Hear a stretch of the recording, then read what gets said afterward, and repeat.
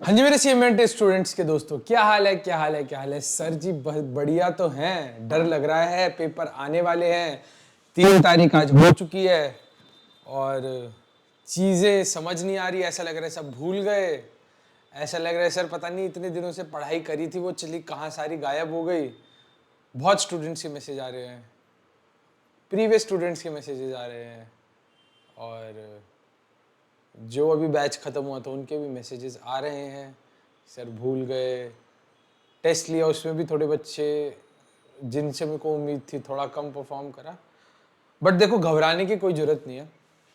मैं तुम्हें ना आज इसी चीज़ की तसल्ली देने आया हूँ कि अब तुम्हें करना क्या है। आज हो गई है 3 तारीख, आज हो गई है 3 जून। अब आगे क्या करना है? 3 जून हो गई है, एग्ज़ाम है तुम्हारा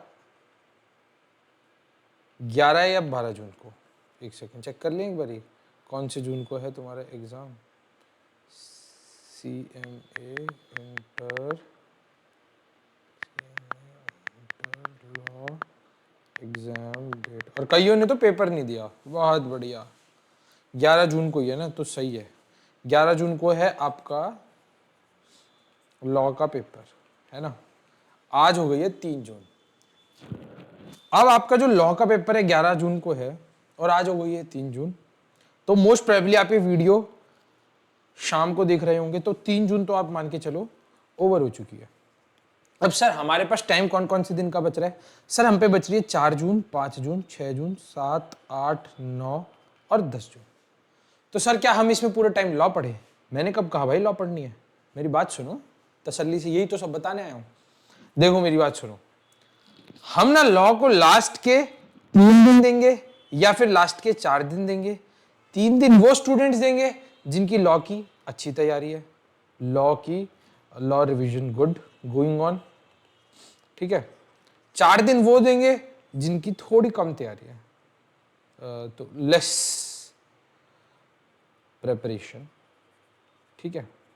अब बाकी सर 3 दिन में, सर मैं तो ये बोलूँगा 3 दिन में आप अपने जो दूसरे सब्जेक्ट्स हैं, टैक्स हो गया और आपका अकाउंट्स हो गया, या फिर और कौन सा सब्जेक्ट बच रहा है आपका, टैक्स, अकाउंट्स और एक और सब्जेक्ट है ना, कौन सा है, टैक्स, अकाउंट्स और कौन सा सब्जेक्ट है भाई, एक बार देख लें यार, मेरे को ध्यान क्यों नहीं आ रहा। कौन सा सब्जेक्ट है क्या तुम्हारा? Inter group 1 subjects.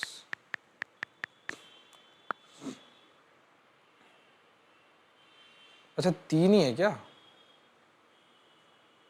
अच्छा तो सी इंटर ना भाई, इंटर CM में ना, अरे बता दो यार।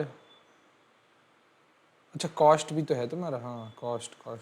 अब ये 3 दिनों में ना ये तुम 3 सब्जेक्ट पढ़ लो, कॉस्ट, अकाउंट्स और टैक्सेशन। फिर अब ये जो उसके बाद 4 दिन बचेंगे और 3 दिन बचेंगे, डिपेंडिंग अपॉन जैसी तुम्हारी तैयारी है वो करनी है। अब मेरी बात सुनो, सबसे पहले ना मेरी बात सुनो, जो तैयारी हो गई है ना, जितनी प्रेपरेशन हो गई है, बस वही करते रहना। नया कुछ उठाने की जरूरत नहीं है, नया कुछ भी नहीं उठाना है। जो पढ़ा है और जो पढ़ रहे हो उसी को रिवाइज करते चलो। नया टॉपिक उठाओगे सिर्फ डर लगेगा और कुछ नहीं होगा। नया टॉपिक उठाओगे सिर्फ डर लगेगा और कुछ भी नहीं होगा। एंड सेकेंड थिंग, अब देखो पेपर लिखने का टाइम तो हो चुका है खत्म, जो आपको प्रैक्टिस करनी चाहिए थी आइडली। मेरा मानना है कि एटलीस्ट 15 दिन पहले हमें पेपर लिख लेने चाहिए थे। कई बच्चों की रिक्वेस्ट है कि सर तैयारी नहीं है, बाद में ले लेना, तो मैंने इस चक्कर में थोड़ी लेट कर दी थी डेट, और अगली बार से ऐसा नहीं होगा। But anyways I don't want कि आप अगली बार ये अटेम्प्ट दो, आई वांट कि आप सब इसी अटेम्प्ट के अंदर क्लियर हो जाओ। तो मेरी बात सब ध्यान से सुन लो एक बारी में, ध्यान से। सबसे पहले तो हमें कोई भी नया टॉपिक के ऊपर जंप ही नहीं करना है। जो हमारा हो चुका है ना, अगर हम उसे भी अच्छे से कर लेंगे ना, तो भी हम पेपर को निकाल देंगे। देखो तुम्हें चाहिए कितने, तुम्हें टोटल 200 मार्क्स चाहिए। 200 मार्क्स चाहिए तो हर एक सब्जेक्ट में मोटा माटी तुम्हें 50 नंबर चाहिए। मैं ये नहीं कहता कि तुम 50 नंबर का ही पढ़ के जाओ, मैं तो सलाह हमेशा से हर स्टूडेंट को यही दिया, एटलीस्ट 70 to 80 मार्क्स का तो करके जाओ। और मैं तो कभी भी नहीं बोलता, मैं तो यही चाहता हूं तुम 120 नंबर का करके जाओ, ताकि एटलीस्ट 100 का तो तुम लिख के आके जाओ पेपर में। But now not is the time कि आप 120 नंबर का पढ़ो। जितनी तैयारी हो गई है लेट्स स्टिक टू दैट, जितना हमने पढ़ा है लेट्स स्टिक टू दैट। कुछ नया चालू नहीं करना है हमारे को। ठीक है भूलोगे भाई, देखो अगर तुम भूल रहे हो ना तो तुम बिल्कुल सही पाथ पे हो। एक चीज मैं आपको दोबारा बोलता हूं, अगर आप भूल रहे हो ना, you are always on the right track. बताओ क्यों मैं ऐसा बोल रहा हूं यार? इसलिए क्योंकि मेरे साथ भी ये हुआ था, मेरे साथ भी इंटरमीडिएट में भी हुआ था, मेरे साथ ये सीए फाइनल के अंदर भी हुआ था कि मैं एग्जाम से पहले मुझे ऐसा लगता था कि मैं सब कुछ सपाट हो चुका, सब कुछ भूल चुका हूं। It's very natural with every students. एक भी बच्चे को अटेम्प्ट स्किप नहीं करना है, मैं बहुत स्ट्रिक्टली बोल रहा हूं, एक भी बच्चे को अटेम्प्ट स्किप नहीं करना है, क्योंकि तुम्हारी हालत यही सेम होने वाली है, चाहे 6 महीने बाद तुम्हारे दोबारा पेपर हो जाए। मैं आपको दोबारा से सेम बात बोल रहा हूं, कोई भी बच्चे को अटेम्प्ट स्किप नहीं करना है। अटेम्प्ट स्किप करने का मतलब है वो तुम्हें दिखाता है तुम कमजोर पढ़ रहे हो। सर हम कमजोर बिल्कुल भी नहीं है, हमारी तैयारी बहुत अच्छी है, बस सर हम लो ऑन कॉन्फिडेंस हो रहे हैं, आता हमें सब है, बस अपने दिल को यही तसल्ली देनी है कि सर हमें सब आता है, सर हमने बहुत अच्छे से पढ़ाई करी है, हमने बहुत अच्छे से प्रिपरेशन करी है, और सर हम बिल्कुल करके दिखाएंगे, चाहे कैसा भी पेपर जाए, जो भी है हम अपना बेस्ट और 100% देंगे, और इस अटेम्प्ट में हम क्लियर करके दिखाएंगे आपको अपना सीएमए का पेपर। आपको मेरी बात समझ आ रही है? नहीं? जल्दी से बोलो हाँ या ना। तो मैंने आपको एक चीज और बोली है, मैंने आपको क्या बोला है? जो आपने पढ़ा है उस पे स्टिक रखो, जो आपने पढ़ा है उस पे स्टिक रहो, जो आपने पढ़ा है उस पे स्टिक रहो, नए पे जंप करने की कोई जरूरत नहीं है। एंड सेकेंडली, आपको सब आता है, आपको सब आता है, आपको जो आता है उसको अच्छे से करना है, अपना 100% देना है, नए टॉपिक पे जाना नहीं है, और जो आता है उसके ऊपर स्टिक रह के अपना 100% देना है। रिवाइज करते जाओ बिना टाइम वेस्ट करे। अब टाइम वेस्ट करने के लिए बिल्कुल नहीं बचा। जो बीमार है अपनी बीमारी को साइड करो, जो मजबूरी का काम है उनको सबको साइड करो, और let's focus on our paper. सिर्फ 16-17 तारीख जो ग्रुप 1 दे रहे हैं या जो ग्रुप 2 दे रहे हैं, जिस दिन पेपर खत्म होगी उसके बाद तो तुम फ्री हो ना, उसके बाद जो तुम्हारे मजबूरी के काम है या जो तुम्हारे अटके काम है वो सारे निपटा लेना, जिससे मिलना है उससे मिल लेना। अभी is not the time to call your friends या टू मीट देम। जो तुम्हारा इंपॉर्टेंट थिंग है वो है आज की डेट में तुम्हारी पढ़ाई, क्योंकि तुम्हारी पढ़ाई काम आएगी, तुम्हारे कोई दोस्त काम नहीं आएंगे, क्योंकि जब तुम्हारे नाम के आगे सीएमए लग जाएगा जब ही तुम्हारी पूछ होगी, जब तक कि लोग तुम्हें पूछेंगे, अदरवाइज कोई भी नहीं पूछेगा। तो मेरा आपको यही एक बोलना है, दोबारा से मैं आपको बोलता हूं, जो पढ़ा है अच्छे से पढ़ो और 100% दो अपना।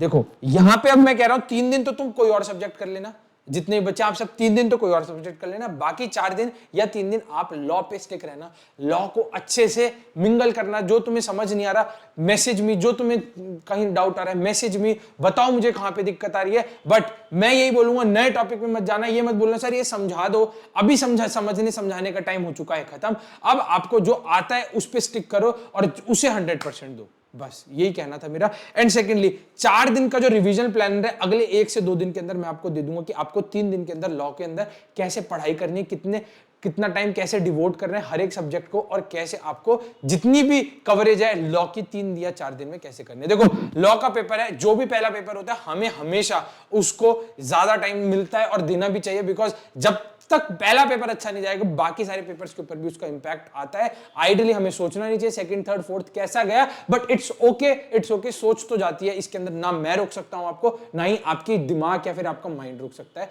बट जो पहला पेपर है उसको अच्छे कॉन्फिडेंस के साथ दो, जैसा जाएगा देखी जाएगी। यार मैं बैठा तो हूं, टेंशन ही मत लो, ठीक है? तो बस आपको यही बोल रहा हूं, जो ये 3 दिन का है 4 दिन का स्टडी प्लानर है, ये मैं आपको अगले 2 से 3 दिन के अंदर दे दूंगा आपको। मैं 6 तारीख तक ये आपका स्टडी प्लानर या 5 तारीख तक ये आपका स्टडी प्लानर है जो प्रिपेयर करके आपको दे दूंगा कि आपको कैसे पढ़ाई करनी है आगे आने वाले 3 या 4 दिन में। मैं 4 दिन के हिसाब से बनाऊंगा, किसी को फॉलो करना है, या फिर मैं 3 दिन के हिसाब से बनाऊंगा, जिसको फॉलो करना है वो 4 दिन के हिसाब से उसको खींच के फॉलो कर सकते हैं, ठीक है? तो आपसे यही दरख्वास्त है, जितने भी मेरे सीएमए स्टूडेंट्स के बच्चे हैं, all the best to everyone. घबराने की कोई ज़रूरत नहीं है, आपने बहुत अच्छे से प्रिपरेशन करी है, बहुत अच्छे से चीज़ों को समझा है और बहुत अच्छे से आप मेहनत कर रहे हो।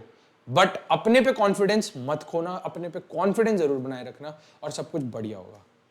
Best wishes to everyone, all the best to every student, and may God bless you, and you should do wonders in your exam. Thank you so much, take care, bye bye.